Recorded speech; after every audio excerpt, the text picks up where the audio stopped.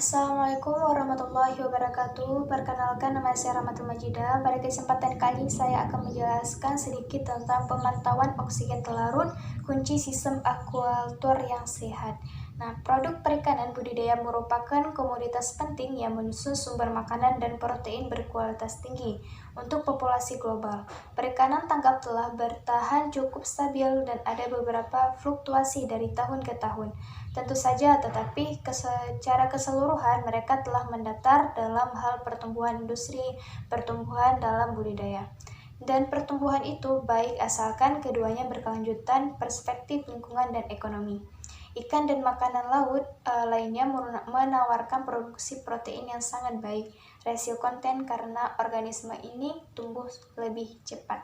Berbicara tentang bahan utama untuk kesehatan, sistem akualitik dan kemudian berbicara lebih banyak tentang kualitas air dan sangat penting, tidak hanya untuk menjaga kesehatan stok air, tapi juga bagaimana kontribusinya.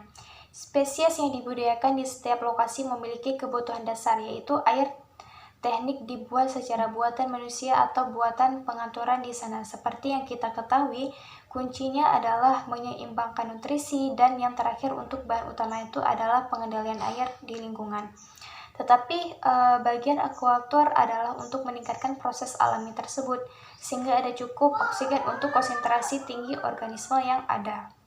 Kemudian bagaimana oksigen masuk air sumur? Ada beberapa cara atmosfer oksigen berdifusi ke permukaan air melalui proses pertukaran gas dengan air dan udara mencoba untuk mencapai keseimbangan. Nah, proses fotosintesis cenderung memiliki kadar oksigen harian atau fluktuasi kadar oksigen naik dan bahkan bisa melebihi 1000 saturasi. Dan pada malam hari, kadar oksigen menurun, kembali turun ketika tanaman berhenti memberikan oksigen baru, tetapi berdifusi terus melepaskan oksigen dari sistem. Difusi dari atmosfer dengan menggunakan roda dayung untuk mengembalikan air dan meningkatkan gelembung udara ke air atau air mancur adalah cara lain untuk melakukannya, dan semua metode untuk menambahkan proses berdifusi. Kemudian pemantauan oksigen benar-benar dapat membantu memberikan informasi yang penting tentang kesehatan lingkungan untuk ikan, udara, kepiting, dan DO adalah salah satu yang paling sensitif. Beberapa metode dan teknologi untuk melakukan pemantauan umumnya itu teknik pengukuran DO ke dalam 3 kategori. Yang pertama itu adalah grab spelling, yaitu tempat Anda mengumpulkan volume air dan membuangnya itu ke lab atau mengirimnya itu ke lab untuk dianalisi yang disebut literasi Winkler. Nah, sensor elektrokimia yang memiliki beberapa kategori, misalnya sensor grafis, galvanik, dan sensor elektrokimia listrik sangat akurat utama pada tingkat deteksi yang rendah, tetapi mereka mengonsumsi oksigen. Dalam proses pengukuran dan mereka itu cenderung memiliki pemeliharaan lapangan yang jauh lebih tinggi.